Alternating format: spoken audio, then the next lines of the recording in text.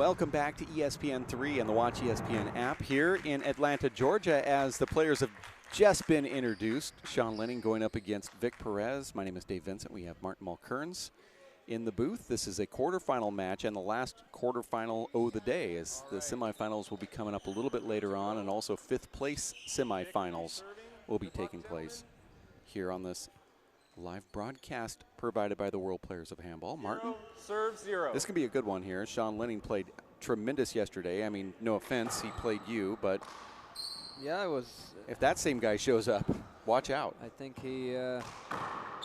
We've played 4 times now. I think Sean and I think the first time was in that first pro step I ever played in Salt Lake City. He won fairly convincingly that time. 1 second. Yeah, I got to get him.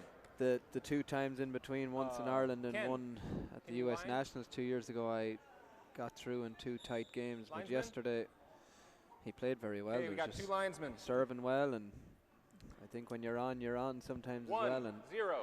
He wasn't missing. Yeah, and when he's playing like that, it's very hard to beat a guy like that when he's in that mode mentally, because you can tell he was like a freight train trying to blow everybody out quickly.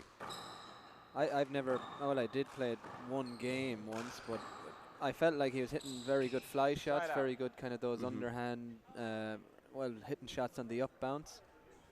I was wondering, is that 3-wall? Like, would he have got that from, yeah, you know, I mean, he's won the 3-wall nationals for the 10th time there a few weeks ago. Right. I would say that that's related. Point. I would definitely say it's related. I mean, that's kind of his thing, but he might be in that mentality right now of playing some of that 3-wall where the quick hops, you know, just really quick reflexes off the ground. He does that anyway, but yeah, no, I was just wondering. I mean, who does that? I mean, thank you, Vic. No, really, who does that? That's impossible to hit that shot. That's sort of like one of those Marco Chavez flop shots, but he hits it 90 miles an hour. Well, I just felt that he was hitting shots, not that exact one, but similar kind of shots that you don't see very often, and they were coming off. Side out. Yeah, it's remarkable. I think you'll have to mark that one there. 2-1. I want to keep seeing that again. Yeah, 2-1. You're right. Write it down. And how has this matchup usually went? It's actually always very close. There's tiebreakers. Vic Perez has taken Sean to a few tiebreakers. He's even defeated Sean before. So he plays Sean tough. It's always been kind of difficult for Sean to get past Vic for some reason. He's a very good player. 1-2. Short. Second serve.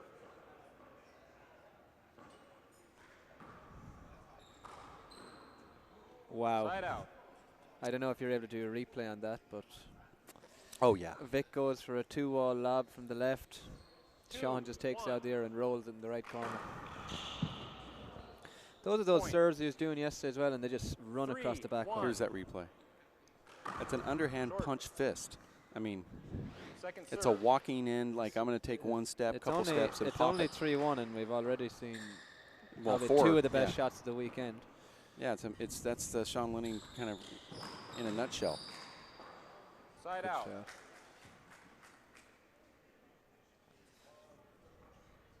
1-3. No, I was just wondering, was it possibly some 3-wall influence? Because when we played at the Worlds, he was playing very well. Now it was doubles, of course, but he was playing very well. Side out. Those shots yesterday seemed to be different, right? A bit different. So I was just wondering, is it, you know, a 3-wall? I think you have to be fairly aggressive as well. Point. No, yeah, you do, but it is a different mindset playing that 3-wall game, and Sean, I think, brings that creativity to his matches, but maybe loses it toward the end of the season. But then it comes back again, like he hits the Control-Alt-Delete, and then that the reason why he has that nickname, the Freak, and then we mean that in a positive way, is because he makes the freakiest, craziest shots that nobody in the world could possibly make, and a lot of it could be from that 3-wall game. So I think he equaled Vic Munoz's record, 10 each. So he'd be going for the record next year. I'm sure he'll be going for that. And he's still in his early 30s, young 30s. That 11th title is a tricky one to get. I know, it seems like it's not as easy as it may seem. Replay. It was easy for Anna Engel when she did it. Has she 11 or is it more than that? Or? She has red at 11.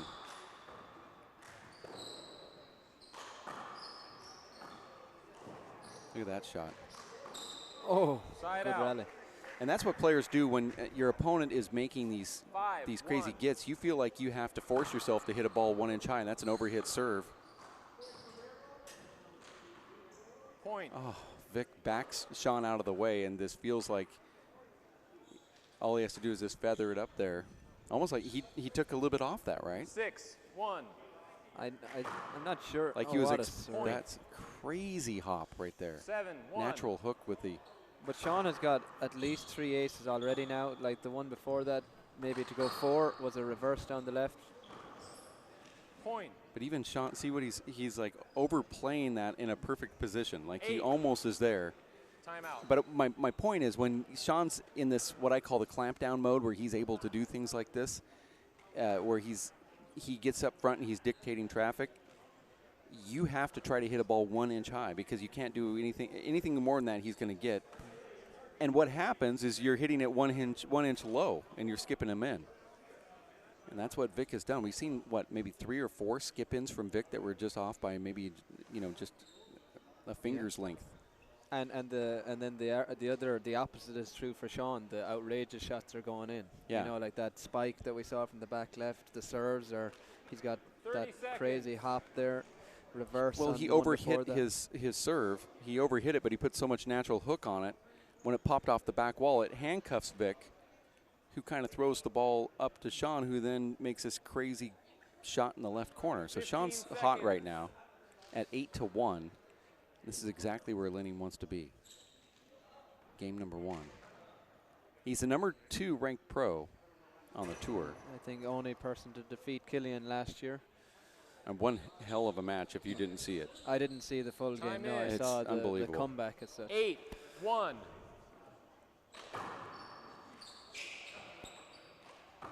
I actually found that Sean has a lot of power. I actually found that serve tough yesterday, where he's just smashing it off that wall because it's sliding across, and you're just Point. putting it back Yeah. up there.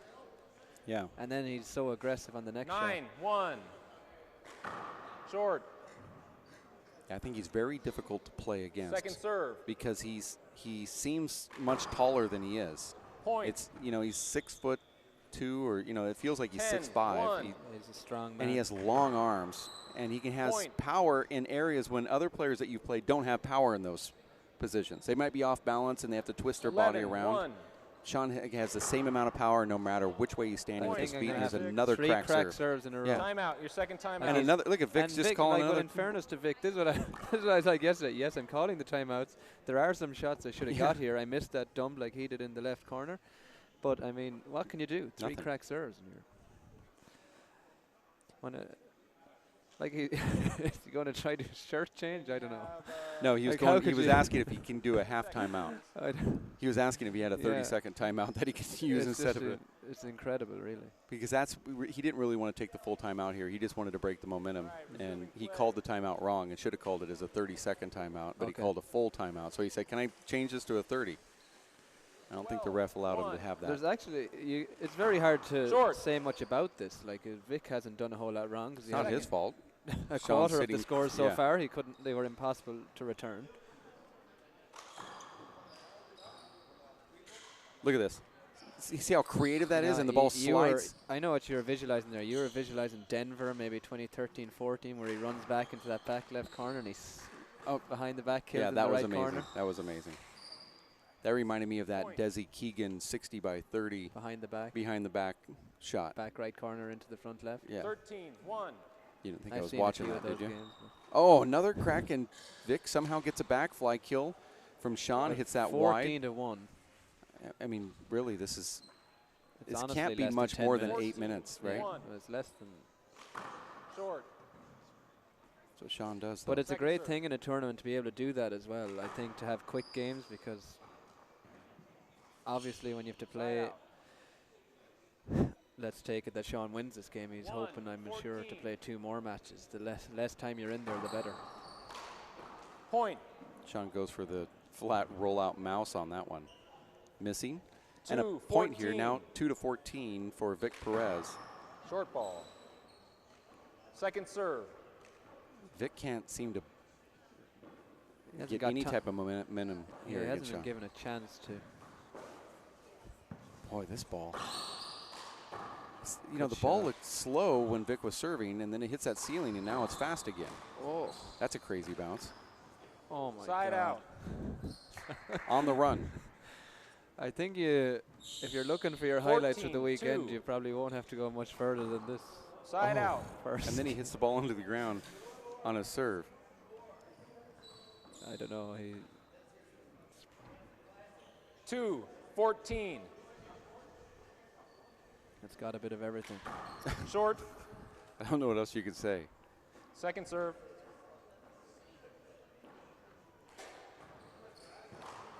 Point. I mean, Vic is scoring on hand airs from Sean.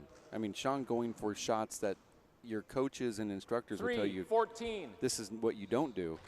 But that's what makes Sean so successful. Yeah. Great shot. He seems to have eased off a little bit in the last minute or two. Side out. But then He does that no look behind the back, wide right corner kill. Yeah. 14-3. Obviously from Ireland, Short you know all about the Irish whip. It's not really your style, Second but you serve. know about it. Sean, what would you call what he has? Side out. Because he does have this really kind of modified whip that's different than anybody that you've ever seen. It's it's not a full-blown sidearm. It's not a full-blown underarm. It's kind of a modification of both. 14. yeah, it's weird, It's right? I like mean, a when hybrid. I've talked to him about it, said, "You get that inspiration come from Ireland?" He goes, "No, I just learned how to play that way." But I find similarities in how he does it. He just doesn't have the footwork like you would see. 4. And the complete form, but it almost does the same things. Because when you play against him and he does that whipping stuff, it's very deceptive. Yeah. Look Wow. at that. Side out. Breaks over the top of that ball with sort of a punch. That wasn't a fist, but it kind of looked like that's. 14. It wasn't 4. one of Luis Cordova's. There you have Point. it, first game. And just 5 like aces, that. 4 minutes. probably 4 to 5 ace serves. We have a really cool, replay here, of course. That ball just popping right out. And the closer you get to those side walls off the back wall, it seems to be much harder, and the ball just targets out. And that's not the first time we've seen that one. But Sean wins the first one 15-4. I was going to tell you, we sat down with Vic Perez earlier before the match started. And Kara Mack pulled out, as she does, she's an onion peeler. She likes to peel the onion, get the guys to cry a little bit. Let's see if we can get some tears in the eyes of Vic Perez here with Kara Mack courtside. We're up close and personal with Vic Perez. Inspiration behind the mustache. I'm just going for like a different look. Yeah, I don't know. Maybe it'll work for me. Maybe it won't. Yeah, I just wanted something different. What do you mean work for you? Like, what are you hoping for that it works? Compliments. Yeah. So. Looks good, looks good. Yeah, I just want to look good for the camera, you know. So yeah. I thought maybe it had to tie with the Dodgers. Like, it was one of those, like, it brings them good luck. Yeah, I think so. Yeah, I'm gonna keep it going until the series is over, and then maybe shave it off at the end of October, and then bring it back again in November for the No Shave Ember. Yeah. So I heard that you're like the ultimate Dodgers fan. Yeah, absolutely. I've been following every single game. I've been following every single player's stats. So yeah. Are you pretty loud when you're watching by yourself? When I'm at the stadium, I am. I was pretty loud yesterday, even though it was just me and Marcos and John Wayne watching the game. Yeah, I was like the only one all into it, yeah. What's like an early memory that you have of loving the Dodgers and maybe watching a game? I did go to Manny Ramirez's bobblehead night, and he hit a grand slam, and he came in as a pinch hitter, and the whole stadium went nuts. Even Vince Scully, the announcer, said that it was the loudest it's ever been ever, and he had been announcing for like 40 or 50 years at the time. So yeah, that was crazy. Yeah, it was nuts. People were just spilling their beers, hugging each other. It was insane. Everyone's a family. Yeah, Like the greatest pretty much. moments. Yeah, that was in 2009. You're a stand-up medic, right? You're Yeah. EMT medic. So you go to standby events, or where are you at? Where can we catch you doing your thing besides handball? I've done a few Laker games, like on the side. I'm gonna do the System of a Down concert next week. Doing haunted houses as well. So. All right. So craziest story that you've had on the job. This guy, he OD'd on alcohol. He had like alcohol poisoning, and so we had to get him quickly to the doctors and the nurses, gave him some IVs, and then took him to the hospital. And this guy was like, yeah, I thought for sure he wasn't going to make it, but luckily, yeah, we did a pretty good job on him, and we got him to the hospital safely, and he survived. What's something everyone needs to know as far as saving people's lives or just even walking down the street? What do you think everyone should know? What's a good tip? Vital signs. You got to check for the heart rate, blood pressure if it's available. Always keep an AED on standby. But yeah, eyes, how they're breathing, like patterns. And yeah, that's basically it. Just the skin color as well can tell you a lot about how well the patient is or how healthy they are. Have you tried to become one at a Dodgers game? No, not yet. Yeah, hopefully not yet. Be too distracting. Why would you want to be called out if something happened? I know. Well, I have a story. I was at the Alley Athletic Club 2 weeks ago, and twice in 1 week they had to use my assistance. I was showing one of my friends how to play handball, and he was with one of the trainers. He hit his shoulder against the wall, and his shoulder popped out, and it was like caved in, and I tried to pull it in, even though I'm not supposed to. I tried to put it back in place. But now we waited like 30 minutes, and now we're just like, yeah, you know, we got to take him to the hospital. So we took him to the hospital. Luckily, once we got there, they gave him some medication, put it back in. And then another guy got hit by a squash racket in the head, and I had to do gauze and control the bleeding and wrap them up and send him over, yeah. We're so glad you're here. Yeah. You're like the guy. Did we know that you're the guy to call out when something happens? Exactly. Last year Marcos had a nosebleed, and so I put a little bit of cotton inside his nose, and then, yeah, he started bleeding a lot, yeah. Has it been, besides Marcos, has there been any other time that you're like, ooh, that who do you think is going to be the next one? Who can you imagine going down next? I don't know. It kind of depends on the floors, too. I mean, it can get kind of slippery, but hopefully nothing happens, yeah, hopefully not. I heard you're a music guy. Music guy? Yeah, you like music? Yeah, I do like EDM music, yeah, at times. What kind of music? EDM, like house music. So what's house music? It's like electronic, dance, yeah. So I do a lot of those concerts when I go to Vegas. Yeah, I do travel sometimes for those events. Very cool. Do you have any pets? I do have a French bulldog. Yeah. Name? A white one. Her name is Princess. Wait, you have a French bulldog named Princess. Yeah, So you yeah, named Princess? I think that's just how she came, yeah. No, I'm sure you named Princess. I didn't name the dog. I really don't pay any attention to the dog, but we do have it in my backyard. You don't pay any attention to your dog? Not really, no. I try not to. She's Princess. Yeah, I know. Heck. So. Well, thank you. Yeah, no problem. Pay attention to your dog. Jeez. Yeah, I will. Yeah, no kidding. Well, Vic just got a new nickname. As we're back into it here. Game number 2, Sean Lenning just blows out Perez there in game number 1, 15-4. Sean gets that first serve. He's going to try to attack and get some points here. He's just shooting like wrist, not even swinging from the hip, left. 1-0. Just hitting the ball hard.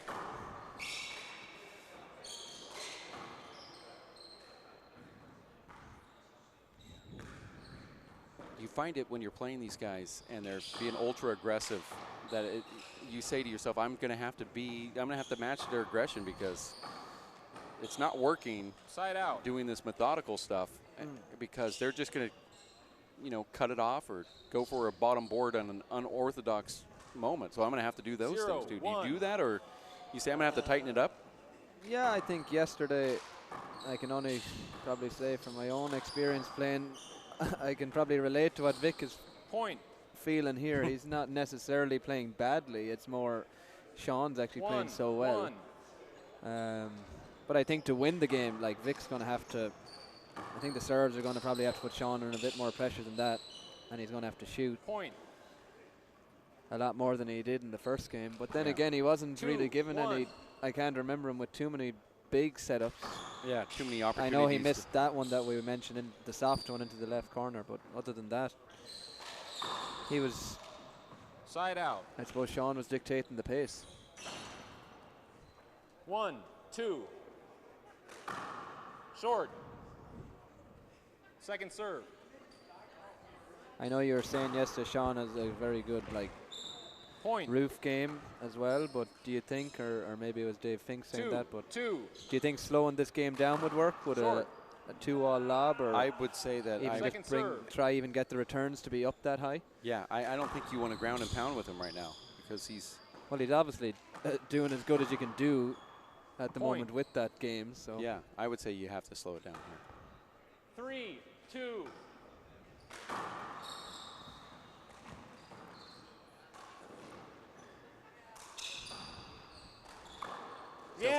Again. So smart, though. I mean, even It though looked like he was going to go left there. yeah, even though he's hitting the ball behind himself like that, it's so smart in how he does it. 3-2.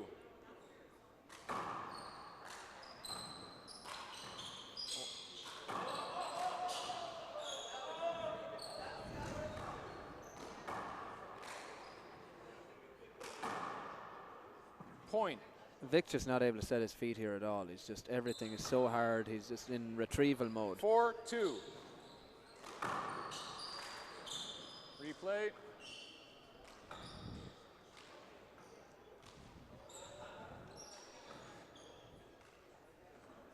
Four, 2.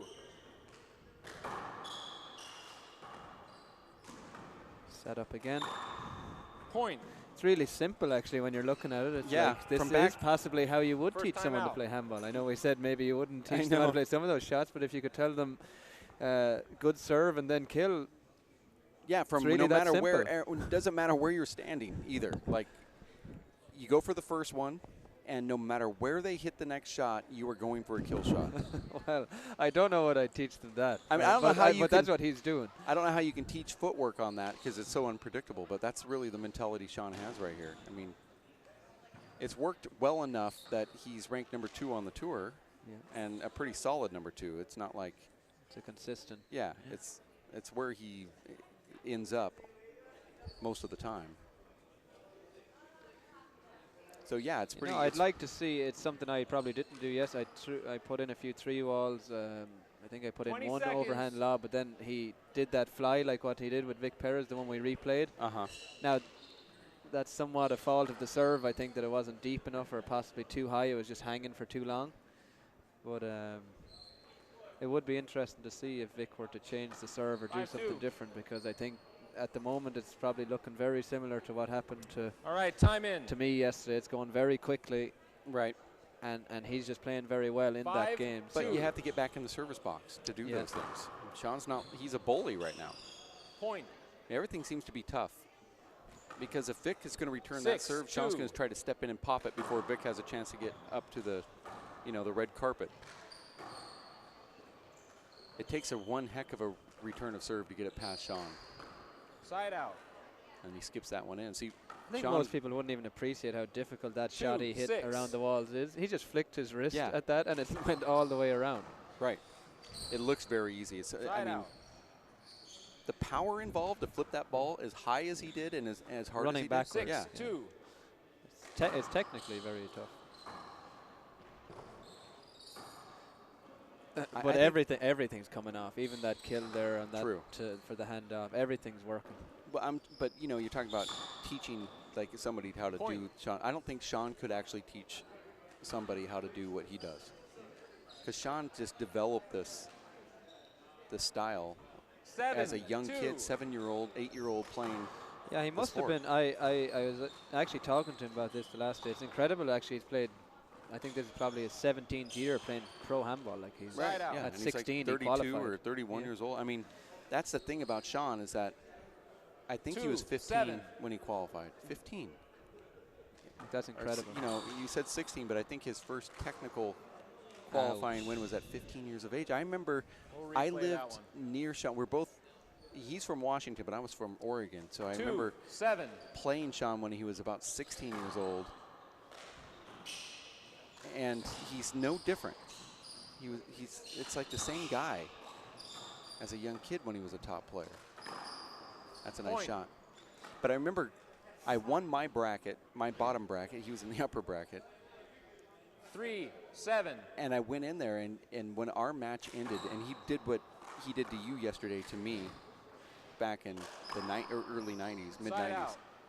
And I said, why? You didn't play like that? Because I watched his matches. You didn't play like that in your early rounds. He goes, yeah, you had a lot of fans, so I was going to try to shut him up.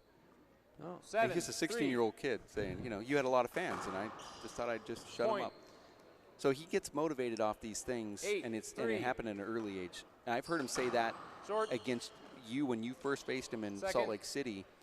You were the talk of the town, and he felt disrespected, so he was going to send you a message. He goes, I always like to do that to the rookies. And I think go, remember God, that's him funny, saying because I would say 15 years older than you. And He did. Nine. You did it to 3. me as well when you're only 16 or 15 years old, you know. Point. There's a bit of what I'm looking at here, and since we started that train of talk there, that 10-3. an unbelievable crack serve again. Yeah. And look at that. Point. And there are some misses by Vic, but I think he's 11, actually had no 3. chance in this game even to get into it, to warm up. He's totally been dominated. Point. I think it's going to fizzle 30 out seconds. fairly quickly here, actually. It's You have a 30-second break, but you know, Kara was talking to Dave Fink about that superpower that Sean has. Where does he get it from? This is what Dave Fink had to say about Sean Lenning. Sean Lenning, known as the Freak. What is that shot that makes him so? Well, he's 15 got the ability to seconds. stand straight up and just whip the ball, seemingly without any kind of turn or bending of his knees, and just whip it with his wrist. And with that shot, he can create so much power, so much spin, and really hit the ball 1 or 2 inches high from anywhere on the court. And you'd never expect it, but he does it consistently. How does that feel, that knowing that you're part of the highlight reel there, well, Martin? I don't know if you'd call it the highlight Point. reel for me. I think You made the highlight reel. I Mama, made Sean's highlight reel. 13-3. Mom, I made it. Side out. And just coming out of that break, Sean does that exact whip 3, against 13. Vic and gets that one of those 2 extra points that he got. Short. But this is a thrashing right here. Second serve. Sean looks You know, like at this point yesterday, I was at around 7 or 8. For a moment, I thought possibly if I could get back into it, Side if I'd out. got to maybe 9 or 10, but it was even a bridge too far at that 13-3. stage. But Vic hasn't even got any chance to do anything. another thing I find really odd. You know, you watch these matches Side and out. the players look like they're just all out of sorts with this ball. Sean looks like he's completely comfortable with it. Like, I can tell you right now, Sean 13. hasn't had access to this ball at all Point. until he came to this tournament. He hasn't played with it. He's not in the same city that the ball's originating from. So he's living somewhere up in 13. Washington at the moment. Yeah. As far as I know, I don't even know if he's even played handball. And yet all the other players who Second also serve. haven't played with the ball are completely fooled by it, and it's kind of the talk of the town. But it's not the talk of the town with Sean. He's in I there. suppose he might not have played. Point. He might not have played four-wall that much. Maybe a few games. I don't know. But I was thinking about it this way, even 5, coming into it 13. myself, that it's only the 20th of August that we left the Worlds. I know that's 6 weeks ago, but he in the middle of that he had his 3-wall, and I'm sure he probably did hit around with that a few times, and he obviously won that. Again. So I think he's probably come in here a bit fresh too. It's a long season from starting in October, probably not finishing until next 5, May. 13. Then you had the Worlds, of course, added in there last year, plus the 3-wall. It's a lot of play. Right. So he's Side out. probably might have been no harm to get a few weeks off, 13, 5. lay off, and then kind of come in a bit fresh. Yeah. And as you said, that creativity. Oh, Point. Brilliant. 14 now, Fantastic. game point, match point. 14, 5. talk of creativity. Short. I told our producer that Second this is going to be a serve. 35-minute match. It's actually 30 minutes here in about 30 seconds. And that's not me bragging about myself. That's me upset that I wasn't accurate, because Sean is just putting Wow. on a show. Point, And there it is. Sean game, takes and down match. one of his buddies, Nice Vic match, Perez, by the But he- score of 15-5 there in game number 2. It's real ruthless stuff now. Yesterday and today, there's no let up either. It's 2 straight, and it's not like going out blowing them out of it in the first game and then kind of ending up in a tiebreaker. It's convincing wins in both games. Yeah, absolutely. I mean, more or less sending a message. And it's been convincing wins in both matches that he's played, from the round of 16, now the round of 8. Now he's going into the semifinals. And Speaking of those, how do you see them going now from what you've seen today? well, or? we'll talk about it in a second. Well, let's go and see what Sean has to say about it as we go to Kara Mack. Kara. Yeah, to all of us here in Atlanta, you look like you're really in a groove. How does it feel for yourself? Yeah, I'm shocked at how good my timing is. Still a little more tired than I should be, but my timing's really good. I don't get it. Don't get it because it's not been something you've been working on? I don't know. It's just sometimes you feel good. I don't know. I can't anticipate, but I felt good 2 days in a row so far. We've been talking about the ball. How does the ball feel to you? Fine. There's a couple really bad ones. So if you, get those out of there, it's fine. Are these 2 last matches the ones that you've really just felt great, really rolled through, ones that you're going to focus on, talk yourself through what you did well, or just move right on and hope to have the same effect in the semifinals? Move right on. Hopefully. You can't get hung up in thinking you're good, really. I mean, confidence is one thing, but you don't want to get kind of in your head about it. So. And we know who your opponent is going to be, Mr. Danny Cordova. Yep. Just thinking about Danny this. who? No. Come on, there's the bracelet. We've all seen it. But what do you know that you're going to have to do fighting Cordova? This is just the same stuff. Just try and blow him off the court. That's the goal. I can overpower him if I play well. So I'm trying to do that. Good luck. Yes, thank you. Back to you guys. Yep, that's Sean Lenning there with that brief talk, and that's sort of his mantra this week, is that he feels that if he can go out and just blow you out of the water, then you have no chance to do anything. And well, I think that's something you can do in a game to 15. That's a little bit of a difference for me too. We've changed to 15s in Ireland, yes, for tournaments as well, but we would have been preparing for the Worlds for 21s. All our main tournaments are 21s. But in 15s, you can really, as you see there, get a 10-1 lead, and you only need 5 more then. Yeah. I think he likes this format because, I think he really wanted that 11-point format, the best 3 out of 5 to 11, and we were doing votes on that at one point, and Sean, stepped up and said, I'd like to do this format, and we kind of thought back and was like, yeah, I think you probably would want to do that, wouldn't you? Go in and... Who wouldn't want to do that 11-point format? In a way, you can go in there and just shock your opponent quickly, but Sean right now is just literally playing like a man on a mission. He comes off the court there and says he doesn't really understand why his timing's so good, and that goes with what I was telling you. I really don't believe he's played 4-wall since the 3-wall nationals, August, September. So that would have been September 1st. I would say a month ago. I wouldn't think that he's even played 4-wall. When he's saying that his timing is surprising to him and his footwork is surprising, he feels like he isn't in the best shape, but it's possibly, I'm just trying to think of what it could be. I think he's playing so aggressive that the other players then on the back foot all the time. He's hitting so hard that he's actually having time on the ball. Yeah, he's getting a bit more time because he's actually taking that approach. I'm just going to go as he says there. I'm going to blow them off here. Yeah, and he's hitting it so hard that people are spooning it back to him. Well, that's what I felt yesterday. You're palming it up to him, and Vic was the same there. And so he's able to always step in. And now he has time. Yeah, he has a chance to step in and take the shot that he needs to be taking. He's creating the time. Yeah. We have some more good stuff coming up right around the corner. We have the 5th place semifinals, and I believe what is going to happen next, and at least it's going to come on at 2 o'clock here Atlanta time, it's Eastern time, is going to be Dave Fink versus Marco Chavez. Okay. Which is going to be a good one because that's a rematch of what happened at the Players' Championship in May in Salt Lake City, where David Fink, who has the higher ranking, gets defeated by Marco Chavez. And that was a very interesting, very, I would say, fan-filled, bunch of stuff going on the outside. It wouldn't surprise me if that happened here today as well. Really? Dave's probably, well, it's not that long. Marcos would have had a bit more of a rest now. Marcos didn't go to a tiebreaker, which Dave did. And I think Marcos has been playing well. He beat Peter Funchen yesterday, who probably something similar to myself was a bit totally shocked with the way the ball was going, but he still beat him. And he's beaten Killian 8-2, and it was a tough first game, 15-11 or 12. And I think he's playing well, so that's going to be a fun one. It could be close. Yeah, can't wait for that. That's coming up next. That'll be a 5th place playoff match here in Atlanta, Georgia. It's the race for 8, season number 8, stop number 1, as Martin Mulkern's next to me will, I hope, stick around for this one.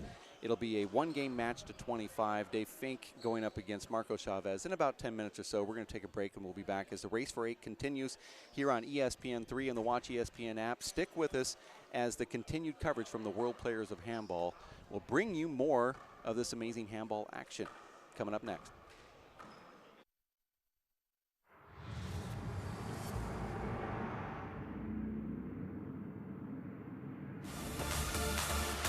Radius Rooftop Pool and Wet Lounge. The ultimate boutique pool experience with amazing mountain views from 25 stories above the Strip.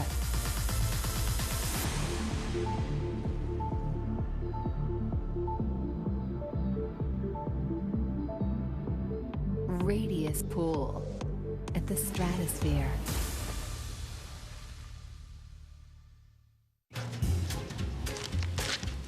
Really?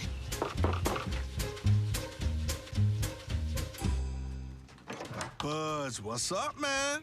You left some leaves burning out here. Yeah, I just just came in just for a second. Come on, man. If it's too hot to touch, it's too hot to leave. You could torch the whole neighborhood. It's a good point there, Smokey. 9 out of 10 wildfires are caused by humans. Only you can prevent wildfires. I'm a single mother, and I was the main one working, so I never thought that I could go back to school, you know?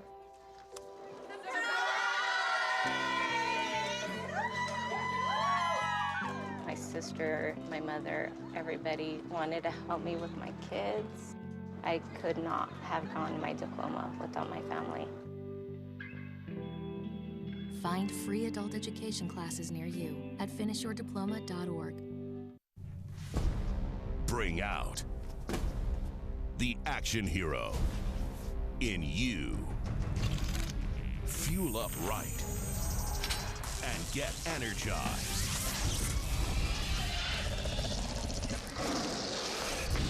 Be part of the greatest action movie ever. The first movie that puts you in the action. Show us how you train and eat like an action hero. Join in at actionheroalliance.com.